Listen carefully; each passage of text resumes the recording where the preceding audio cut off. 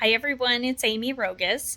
If you are watching this video, it is because I have likely sent you a copy of your estimated net proceeds sheet. And this will run in conjunction with a market analysis that I have completed for you. But this sheet is meant to explain all of the different costs associated with selling so that you know and understand in the end at the closing table what kind of money you could potentially walk away with, and then therefore what you have to put towards your next purchase. So I'm going to run these down line by line here, and I've got my cheat sheet in front of me. So you can follow along with me. Now, the first thing on the sheet is the estimated sales price. And I've actually created 3 different columns for you because in the market analysis, I have given you a range that I believe it will sell for. And so on the estimated net proceeds sheet, I'm matching that low to the high, and then of course like the middle price, so that in different scenarios you could know what your bottom line is. Now, the first line that I have in terms of expenses is the closing cost credit. And this is something that I actually do not typically see anymore. I have seen that in the distant past when I was doing residential, and I would get first-time home buyers that didn't quite have enough money to put down, and so they would ask the seller to pay for some of their closing costs. So in this example, I likely have it zeroed out. If you receive an offer where the buyer is asking you to pay for some closing cost credits, then I will update this sheet. Well, I'm going to update it no matter what, but that particular line will be updated with whatever the buyer's ask is. Next line is mortgage payoff. And so if you do still have a balance that you owe on your house, I would need to get that mortgage payoff from you, and that will likely be estimated when the time comes that you actually have a contract in on your house. Your attorney will reach out to you to get your lender information, and then they will request a payoff letter from the lender so that they know exactly what that number is going to be. But again, for now, this is estimated. Third line down is attorney.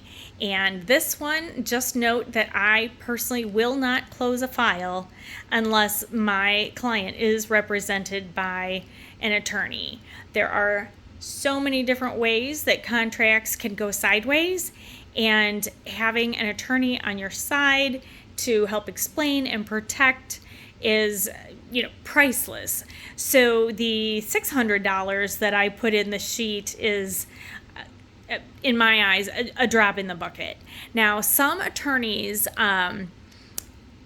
charge a flat fee, like most of the ones that I have dealt with charge a flat fee. However, there are some that charge per every 15 minutes, whether they have to make a phone call or write a letter for you or whatnot. So that can get pricier, but it's also my experience that those attorneys are darn good attorneys and worth it. So you always get what you pay for, right? Not saying that the flat fee attorneys aren't worth it, because again, I work with plenty that are excellent. Let's see. The next line is the title charges, and that changes a little bit depending on the price of the home, what you sell it for, but also depending on the title company that is used. And technically, sellers can dictate which title company the attorney goes with, but a lot of times attorneys are connected with title companies, so if you don't want to pick, you don't have to. They will.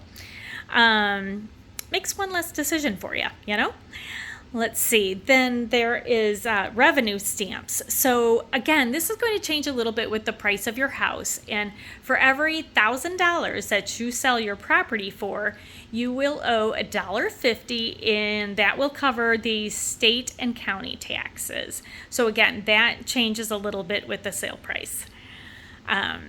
Let's see. Next line, I have taxes, and currently, I may have 2 lines in there for the past year, if in fact, how in Illinois, taxes are paid in the rears. So if your taxes for last year have not been paid, then I'm going to have a number in here. And it could be the full amount for the year, it could be half, again, depending on what time of year we're actually doing that transaction and if the first installment's been paid and or if it's later in the year and the second installment has been paid, then that line would be a 0. But the second line of taxes would be for the year that we are currently in, because again, we're paying taxes in the arrears in Illinois. So if it is, like, for example, it's July right now when I'm doing this video, and so if your property's on the market and we end up, with a closing end of August, then you're still going to owe for the time that you have occupied the house. So you'll owe from January until August. If your taxes are escrowed with your mortgage payment, then just know that they will still take out the taxes at closing, but about 2 weeks after all the accounts are closed out, including the escrow account, if you have money in that escrow account that was going to be used to pay those taxes, then you will get a check back for that amount of money. So just know that. Let's see. Then I have 2 different lines for the broker fees, and this is a little bit of a change from in the past. I have one line that is broken out for my fee, and then the second line is for the buyer broker fee. Now, with that buyer broker fee and the changes that have come into play within the past year, do know that technically you don't have to pay a buyer broker fee. However, it's my experience that 95 or better of the contracts that have come into me for my sellers, the buyer's agents have requested that their fee get paid by the seller. And so how does that differ from how we've done business in the past? Technically, it both does and doesn't, right? In the past, the seller would pay my fee, but then I would cooperate with the buyer agent and split that fee and give them part of my fee. Now it is breaking down a listing agent fee and a buyer broker fee that again will add up to similar amount, but in this instance the buyer broker fee is negotiable, and technically it always has been. It just hasn't been verbalized and explained appropriately. So that's why there were some lawsuits and why there's some different changes where we have to be even more transparent than we have in the past. And so just like I have an agreement with you, my seller, buyer agents are supposed to have an agreement with their clients that if either the buyer can pay their agent directly if they have cash and want to go that route, or if they prefer to work it into the deal, they can ask the seller to pay their agent's fee. And so all those agent fees can differ. I put an example in this estimated net proceeds sheet for illustration purposes only. Do know that, again, contracts that have come in on my listings ever since this came into play have varied in price. So there is no set rate, never has been, always negotiable. One of the things that I tell my sellers is to expect that there will be some type of ask, and in the end we will be negotiating. I will absolutely do my best to get as much money for you as possible. If it comes to a point where the numbers just aren't quite matching up, and a price that would be acceptable to you would only be acceptable if we negotiated on that buyer broker fee or wiped it out altogether, we can go back and do that negotiation. Let's see. Moving on, I've got a rate here for a survey. Now, typically things like I sell like 3 to 5 acres would range from between $1,000 and $2,000. It absolutely depends on your location and what your local surveyors are charging. Oddly, it's super hard for them to give a round quote because each property is different and they need more information before they can give a more exact quote. So do know that. If you have an old survey that we can use, I will certainly try. So dig that up. And if there's been changes to it, then it is likely that you will need to get another one. Or if it's over, example, 20 years old, then that will likely require a new survey as well.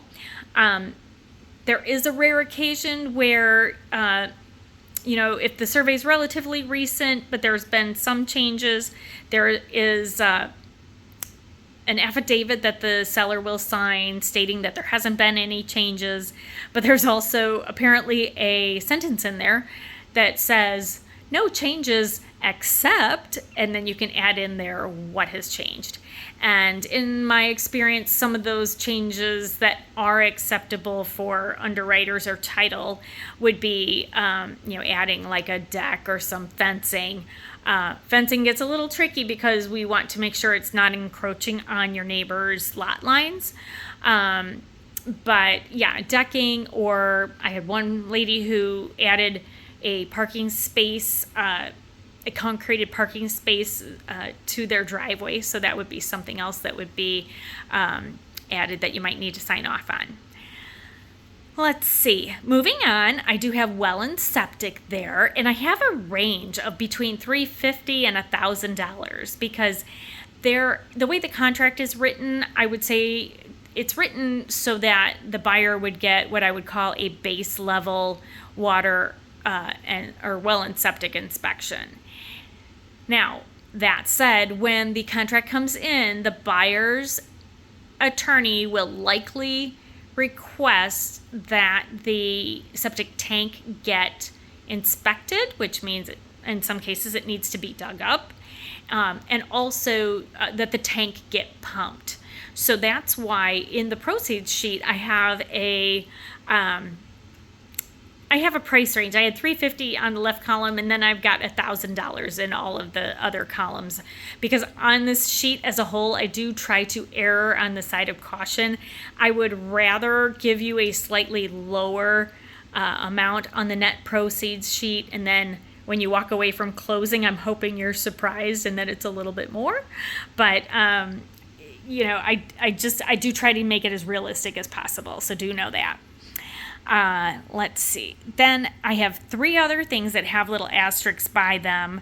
One is a termite inspection, and that is something that I actually haven't seen a whole lot lately. When I was a newer agent about 10 years ago, I would see it all the time, and particularly that was for residential homes in town. But the cost on that is only about $150 depending on where you're at, so it's a relatively easy ask. The home warranty, it's a base cost of about $600. Now, this is something that I do not typically, actually, I should say I've never suggested that a seller automatically offer that to a buyer because I don't want to take money out of your pocket. And if a buyer would like a home warranty, then they can ask for that at the time that they make an offer. And even if the seller chooses not to grant that ask, the buyer can go get a home warranty on their own. As a matter of fact, I know a fellow agent who she buys a home warranty for her house every year. And she said it's been wonderful because she's had to replace a lot of appliances. So it's basically an insurance policy. And if you have a buyer that is at their highest and best, and they just are feeling a little squeezed and a little anxious about if there's any major things that happen to the house within the next year, then the home warranty is like an insurance policy and would probably set their minds at ease. So again, depending on what their offer is and how flexible you are, how you feel about it. You can choose to either pay for the home warranty if they're asking for it or not, because like I said, they could always buy their own. Let's see, last but not least, escrow closing fee. So if you are a seller and your buyer is cash, there is an extra charge in there that the two of you split, and it's generally a minimum of $1,000. I haven't seen a settlement statement with exact numbers on there to be able to quote you on this right now, but do know it's generally at least $1,000. So when you add up all of those expenses and then you subtract those numbers from my estimated sales range, that will give you a range of net proceeds sheet. What's going to be money in your pocket when you're closed. So I hope this video helps. By all means, always call me if you have any additional questions, 815-210-8633 or amy@farmranchteam.com.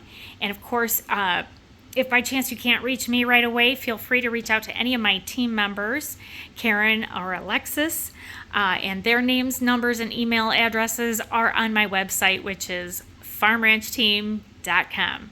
Thank you so much for listening. I hope it was helpful. Bye-bye.